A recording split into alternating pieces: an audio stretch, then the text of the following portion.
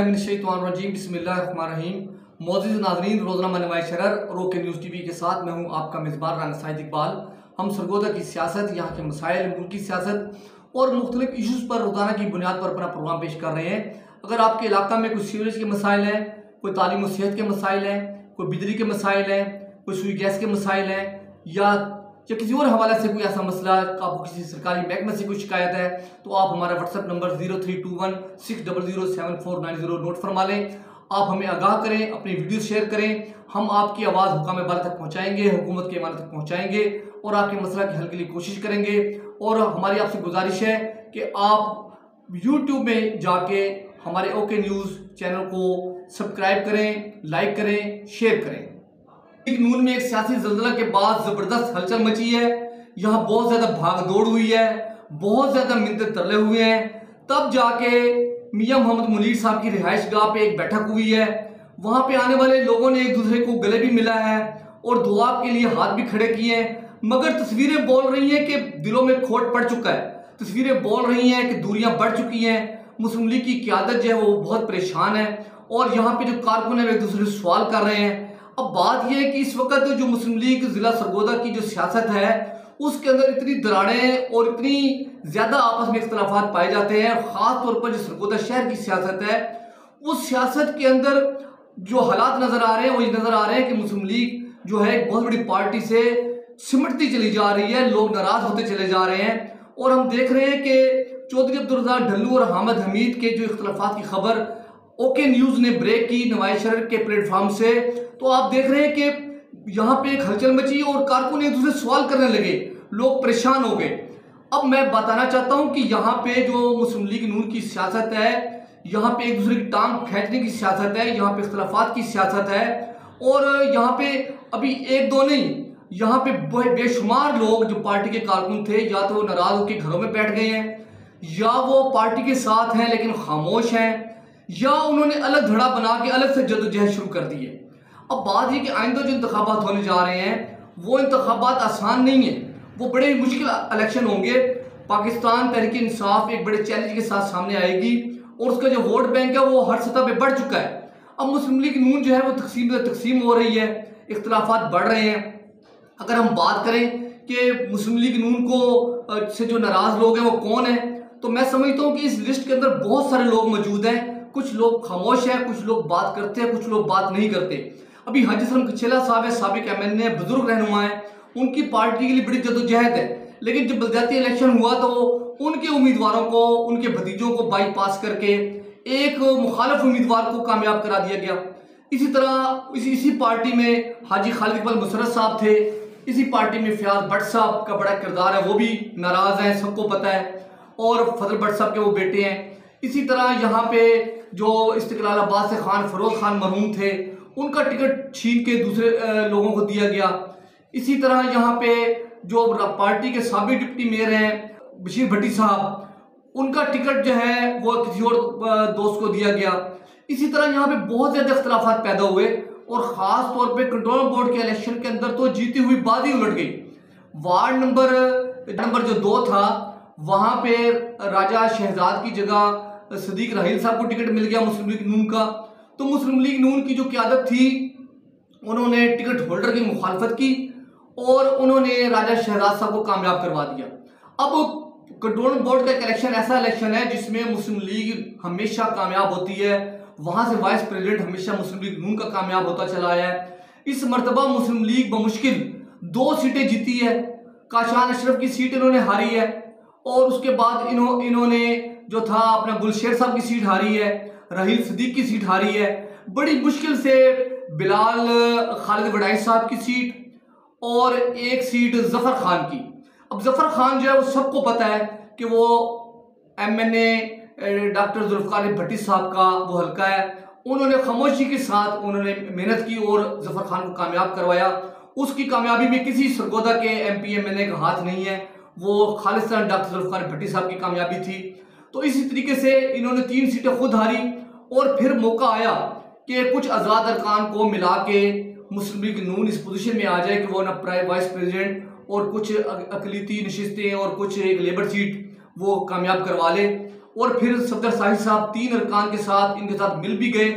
लेकिन हमने देखा कि ऐन वक्त पे सफदर शाही साहब को कहीं किसी और जगह भेज दिया गया या वो चले गए, जो भी हालात थे। और जो 2 अरकान थे, अपना राय फारूक खरल साहब और अशरफ गुजर साहब, वो जाके परवेज इलाही साहब से उन्होंने मुलाकात की और वो काफिले में शामिल हो गए। और जानबूझ के जो है ना, मैं समझता हूँ कि मुस्लिम लीग नून की जो क़यादत है, अब उसके ऊपर सवाल उठ रहे हैं कि आखिर ये सब कुछ कौन और कैसे कर रहा है, पार्टी के लोगों को कौन नाराज कर रहा है। अब यहाँ पे मैं समझता हूँ कि इस वक्त MPA डॉक्टर लियाकत अली खान साहब हैं, वो एक अलग धड़ा बना के बैठे हुए हैं। तो वो आज से नहीं, मैं समझता हूँ उनकी सियासत ही यहाँ से शुरू होती है। उनको शुरू से जब भी कभी बलदियाती इलेक्शन हुआ तो उनको मुस्लिम लीग नून ने टिकट नहीं दिया, हालांकि वो बाई बर्थ जो है मुस्लिम लीगी हैं, उनका एक सियासी किरदार है, उनके वालिद साहब पुराने मुस्लिम लीगी थे, सब जानते हैं। और इस तरह बहुत सारे लोगों को नज़रअंदाज किया गया।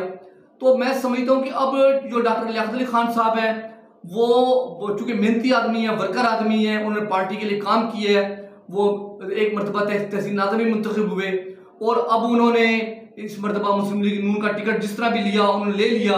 उन्होंने पार्टी के रूट्स बनाई, बहुत ज़्यादा मेहनत की और वो डिप्टी मेयर पहले उनका बेटा बना। तो अब आपके सामने पोजीशन है कि वो इस वक्त मुस्लिम लीग की जो सफ़े अव्वल की क़यादत उसमें है और हमदा शहबाज साहब के वो राइट हैंड है। अभी जो काबीना बनी थी उसमें वो मुशीर बने, उनका दर्जा वजीर के बराबर था। मैं समझता हूँ कि सरगोदा की सियासत में जो चौधरी हामिद हमीद साहब हैं, मुस्लिम लीग नून का से उनका ताल्लुक है, हम उनको माइनस नहीं कर सकते, उनका बड़ा किरदार है।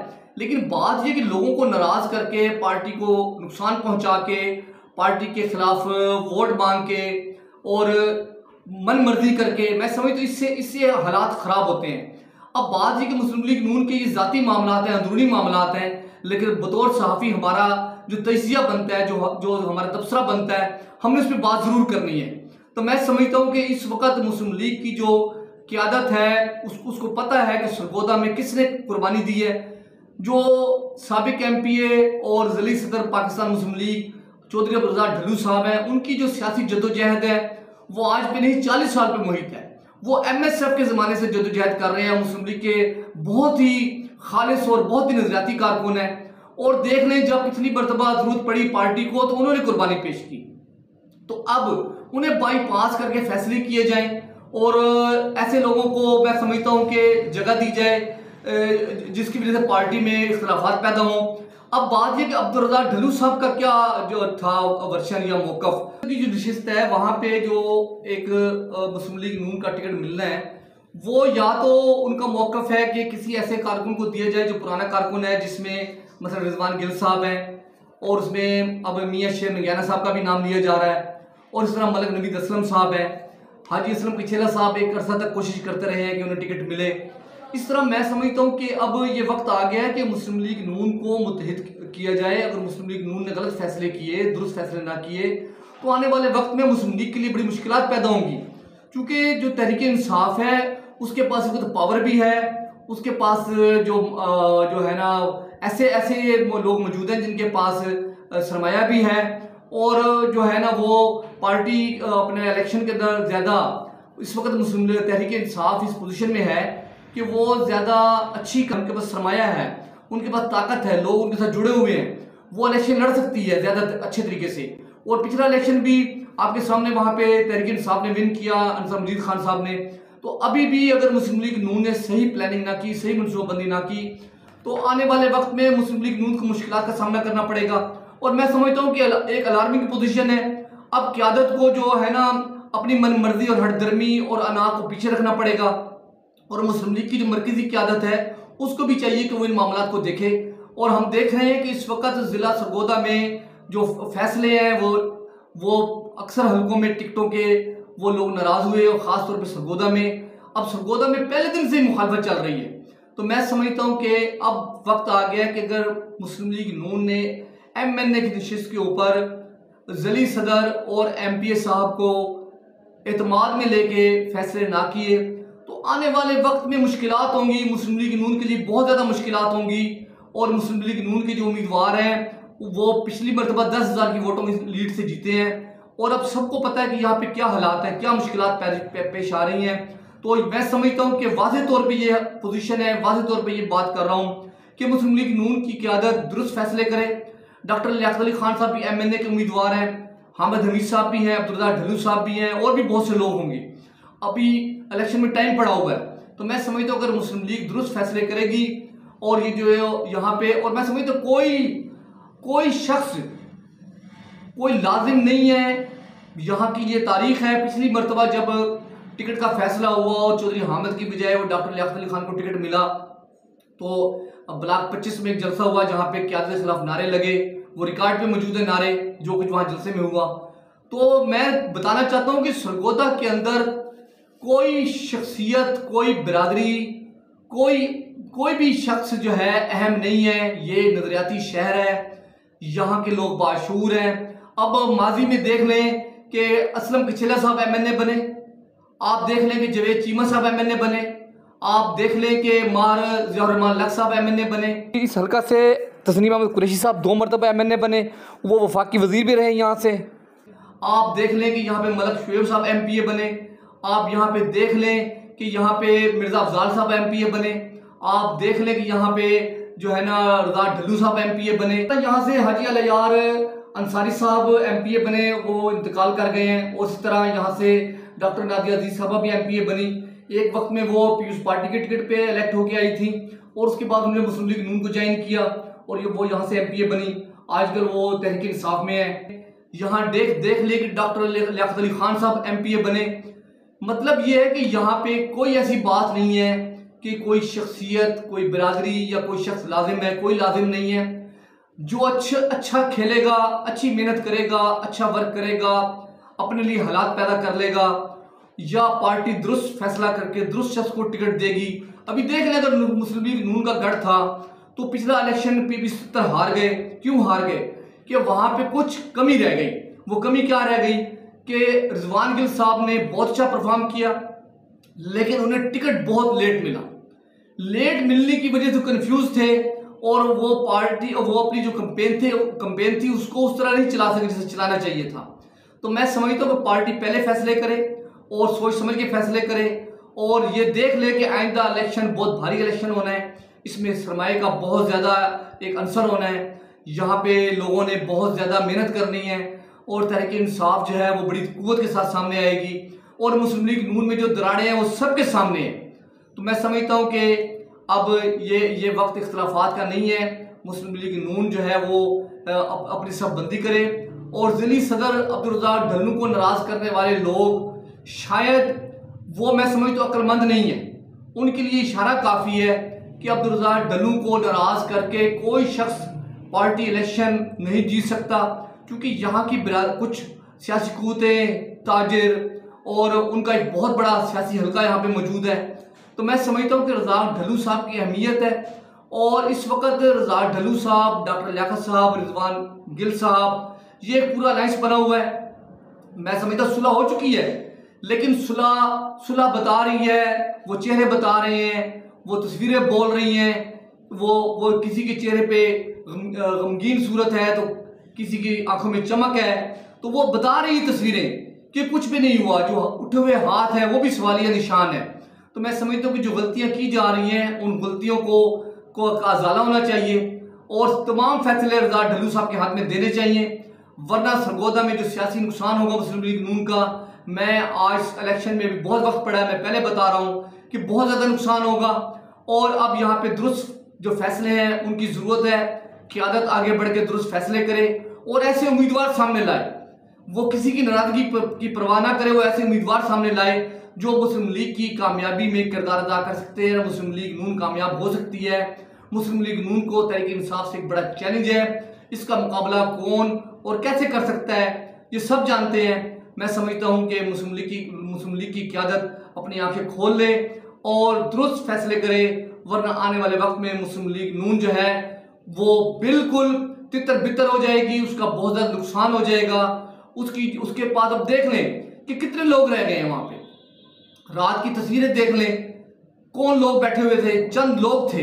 मैं समझता हूँ कि मुस्लिम लीग के अंदर अब वो पोजीशन नहीं रही, वो दमखम नहीं रहा जो पहले था। अब वो लोग नहीं रहे, लोगों ने आंखें फेर ली हैं, लोगों ने रवैयों से तंग आके अपने पीछे हट गए हैं और बहुत सारे लोग नाराज हैं। नदीम खावर साहब के साथ जो हुआ सबको पता है, इसी तरह और बहुत सारे दोस्तों के साथ जो कुछ हुआ सबको पता है। मैं समझता हूँ कि इस वक्त अब जो हालात है वो चेंज हो गए हैं। अब लोगों के साथ को डबल क्रॉस नहीं किया जा सकता। मुस्लिम लीग नून ने जब कारपोरेशन का इलेक्शन हुआ बलदियाती, तो मखसूस नशिस्तों पे के ऊपर भी वादा खिलाफियां की, बहुत सारे लोग नाराज हुए। अब इन बातों को मैं छेड़ना नहीं चाहता, लेकिन मैं समझता हूँ ये मुस्लिम लीग के अंदरूनी मामलात हैं। लेकिन मुस्लिम लीग की जो सियासत है वो इस वक्त डिस्कस हो रही है, कारकुन डिस्कस कर रहे हैं, कारकुन बात कर रहे हैं, क्यादत के लोग बात कर रहे हैं। मुस्लिम लीग का जो पुराने लोग हैं वो परेशान हैं, वो बात कर रहे हैं और यहाँ पे लोग इकट्ठे हो रहे हैं। मैं समझता हूँ कि आने वाले वक्त में मुस्लिम लीग का एक बड़ा धड़ा सामने आएगा और लोग देख लेंगे कि मुस्लिम लीग का बड़ा धड़ा क्या किरदार अदा करेगा। सबके सामने हालात हैं। मोमन के इलाका थाना मेला की हदूद में 18 जनवरी में एक इंतहाई अफसोसनाक वाकया पेश आया है। 2 शिकारी खूनखार कुत्तों ने 2 बच्चों को काट लिया है। एक बच्ची 4 साल की आसमा, जिसको सर के ऊपर से कुत्तों ने काटा और नाक पर से और कान के पीछे से काटा। इस तरह उसका एक कजन साथ था जिसका नाम दानियाल है, उसको बाएं कोहनी पे काट लिया। ये एक रहमत नाम का शख्स कुत्तों को खुलेआम बगैर किसी रस्सी के वो लेके जा रहा था और कुत्तों ने अचानक हमला किया और बच्चों को काट लिया। अब बात यह है कि मोहम्मद यामीन की मुद्दत में पुलिस ने पर्चा दर्ज कर लिया है, लेकिन इंतहाई अफसोसनाक बात है आए रोज ऐसे वाकयात पेश आते हैं। हमारी इंतजामिया और पुलिस इकदाम करे, ये जो शिकारी लोग या कुत्ते लेके लोग फिरते हैं इनको पाबंद किया जाए कि ये शहरी आबादी से गुजरें, तो इन कुत्तों को वो बांध के रखें, इनको जंजीर डालें। और ये आए रोज वाकयात होते हैं, इंतहाई अफसोसनाक वाकया आप वीडियो में देखें बच्चों को किस तरह काटा गया है। और इन्हीं बातों के साथ मैं आपसे इजाजत चाहूंगा और इंशाल्लाह हम अगले प्रोग्राम के साथ फिर हाजिर होंगे, तबसरे तजिए आपके सामने पेश करेंगे और हम चाहेंगे कि आप अपनी आरा तजावीज़ भी हमें अरसाल करें।